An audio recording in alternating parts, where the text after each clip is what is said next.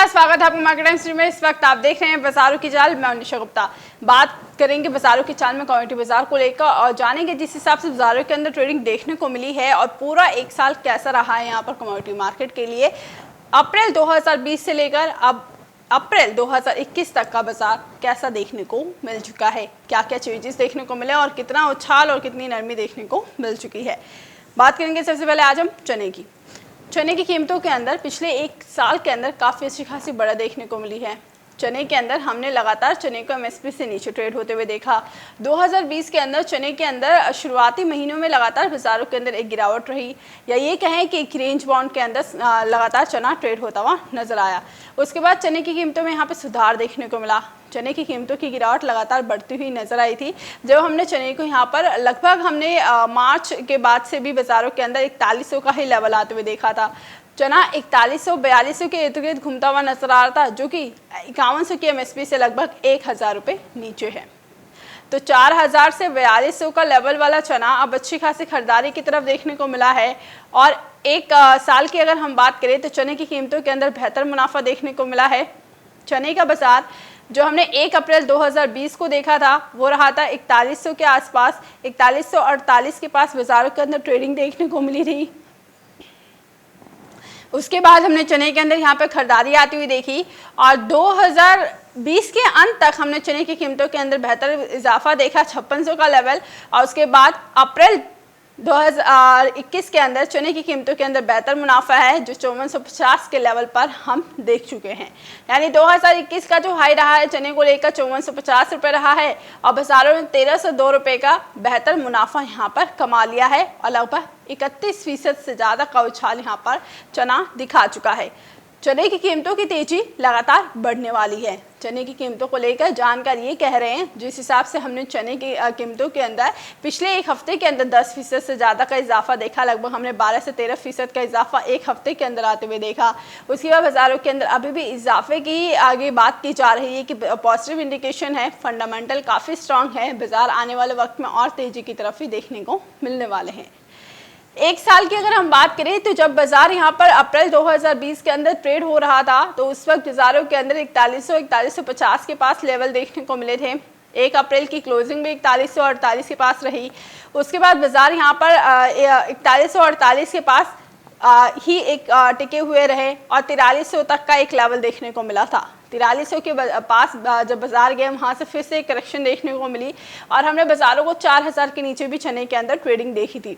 ये वो वक्त है जब लॉकडाउन हो चुका था 2020 के अंदर और मार्च के लॉकडाउन के बाद अप्रैल और मई का महीना भी चने के लिए कुछ खास तेजी के संकेत लेकर नहीं आ रहा था। उसके बाद चने की कीमतों के अंदर तेजी बनी जब हमने दाल के अंदर यहाँ पर कीमतों के अंदर बढ़ोतरी आती हुई देखी।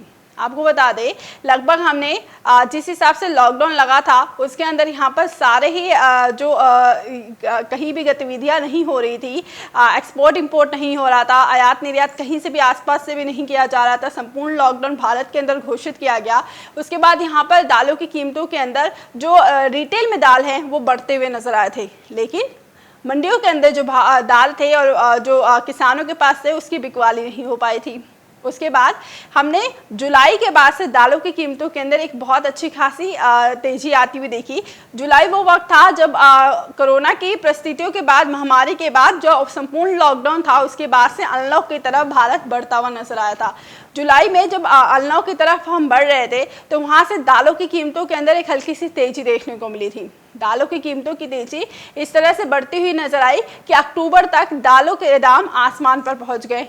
दालों के दामों में हमने इतनी अच्छी खासी उछाल देखा कि तुअर दाल का बाजार 7300 और 7500 तक देखने को मिल चुका था।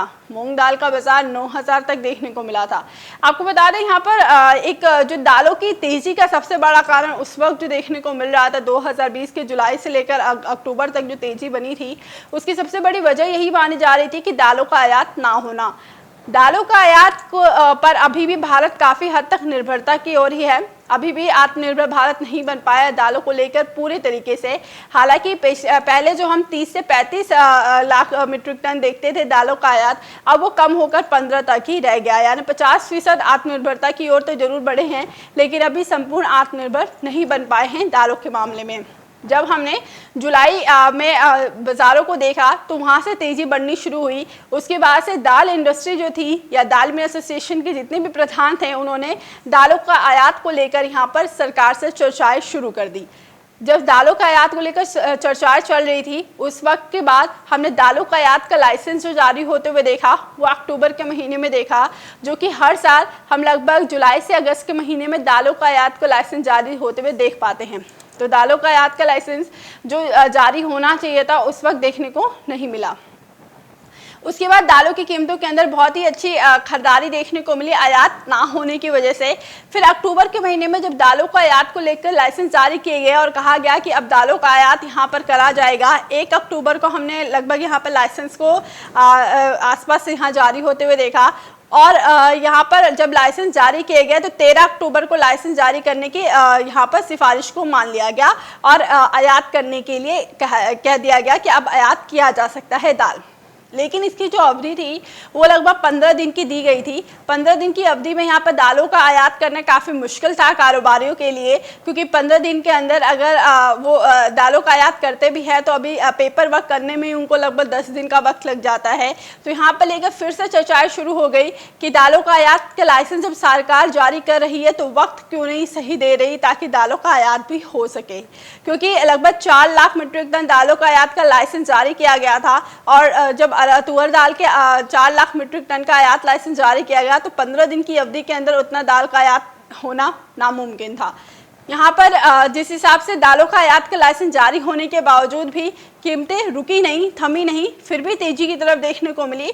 उसके बाद से यहाँ पर काफ़ी ज़्यादा आम उपभोक्ता को परेशानी होने लगी थी, क्योंकि महामारी के दौर से ऑलरेडी हमने यहाँ पर काफ़ी लोगों को बेरोजगार होते हुए देखा और काफ़ी आर्थिक संकट से जूझ रहा था भारत और पूरा वर्ल्ड ही हमने देखा। तो यहाँ पर आम उपभोक्ता को यहाँ पर परेशान ना करने हेतु वापस से सरकार ने दालों का आयात के लाइसेंस की डेट अवधि को बढ़ा दिया।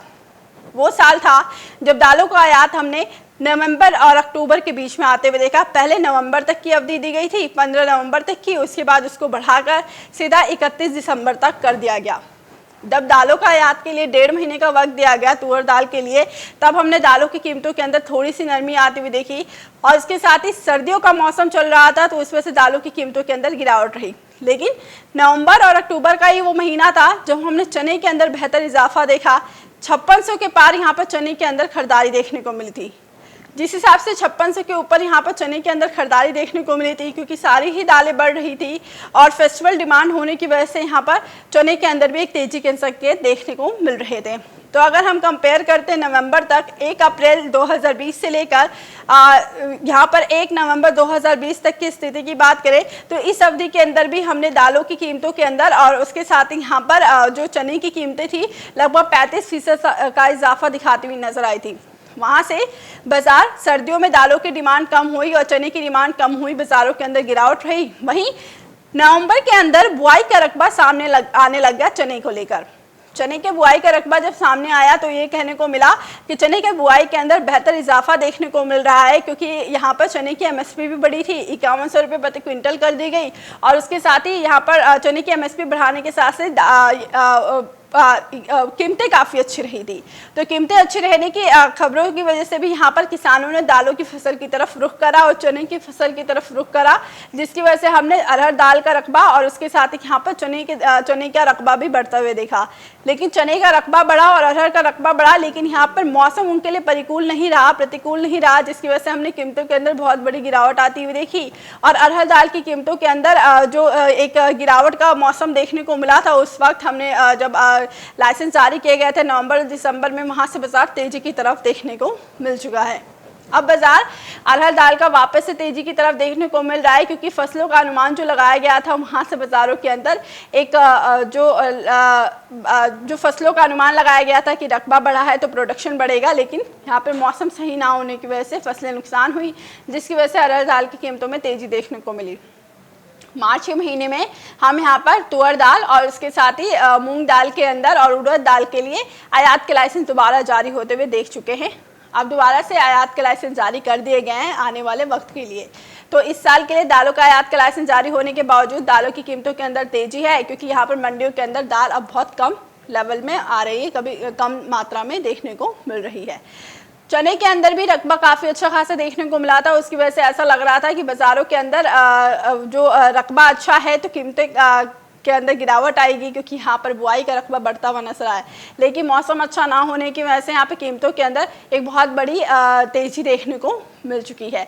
मौसम अच्छा नहीं हुआ और फसलें नुकसान हुई। लगभग भारत के अंदर 10% चने की फसल का नुकसान होने का आंकलन किया गया है, जिसकी वजह से चने की कीमतों के अंदर अच्छी खासी तेज़ी देखने को मिल रही है। और अब चने की कीमतों को लेकर 5450 का लेवल जो हमने देखा है बाज़ारों के अंदर, यानी कल जो बाज़ार 5450 के पास देखने को मिला है हाई लगता हुआ, वहाँ से बाज़ारों के अंदर 1 अप्रैल 2020 से लेकर 9 अप्रैल 2021 तक लगभग 31% से ज़्यादा का उछाल यहाँ दिखा चुके हैं। जानकारों की मानो तो ये उछाल अभी और कायम देखने को मिल सकती है। चना बहुत जल्द 5600 का लेवल दिखाता हुआ नजर आएगा, जो हमने नवंबर के महीने में देखा। और जो 5600 का लेवल जैसे ही क्रॉस करता है चना, तो यहाँ से 5800 का लेवल भी देखने को मिल सकता है। तो चने के अंदर कीमतों में काफ़ी अच्छी तेज़ी देखने को मिलेगी। और 5800 के लेवल के बाद कुछ जानकार ये भी कह रहे हैं चने के अंदर फंडामेंटल काफ़ी स्ट्रांग है, मांग अब वापस से देखने को मिलने वाली है। नवरात्रों में भी यहाँ पर चने की मांग अच्छी खासी देखने को मिलती है, तो मांग अच्छी खासी रहेगी। लेकिन फेस्टिवल डिमांड की वजह से मांग अच्छी रहने के बावजूद यहाँ पर सप्लाई तंग होती हुई नजर आ सकती है। मंडियों के अंदर यहाँ पर चने की सप्लाई अच्छी खासी देखने को नहीं मिलेगी, जिसकी वजह से यहाँ पर कीमतों के अंदर इजाफा मिलता रहेगा। फसलें नुकसान होना इस बार चने के लिए कीमतों के लिए काफ़ी अच्छी साबित हुई और कीमतें लगातार सपोर्ट दिखाती हुई नजर आ रही है और ऊपरी स्तरों पर यहाँ पर खरीदारी ही देखने को मिल रही है। आने वाले वक्त में चने को लेकर जानकार ये कह रहे हैं कि 6000 तक का भी स्तर छूता हुआ चना आ सकता है। पहले भी आपको खरीदारी की सलाह दी थी, अभी भी खरीदारी की सलाह के साथ अब चने में रहे। चने के अंदर अभी और तेज़ी देखने को मिल सकती है और जो हमने एक साल के अंदर जो तेज़ी देखी है 31% का उछाल आते हुए देखा है, वो आने वाले वक्त के अंदर और अच्छे उछाल के साथ 35% और 38% के उछाल पर भी तब्दील होती हुई नजर आ सकती है। अच्छी खासी खरीदारी के साथ आप चने के अंदर रह सकते हैं। तो दालों का बाजार काफ़ी अच्छा सुधरा हुआ नजर आ रहा है और आने वाले वक्त में भी यहाँ पर चने के अंदर काफ़ी अच्छा सुधार देखने को मिल सकता है। अभी के लिए बाजारों की चाल में बस इतना ही। आगे खबरें देखने के लिए देखते रहिए मार्केट टाइम्स टीवी।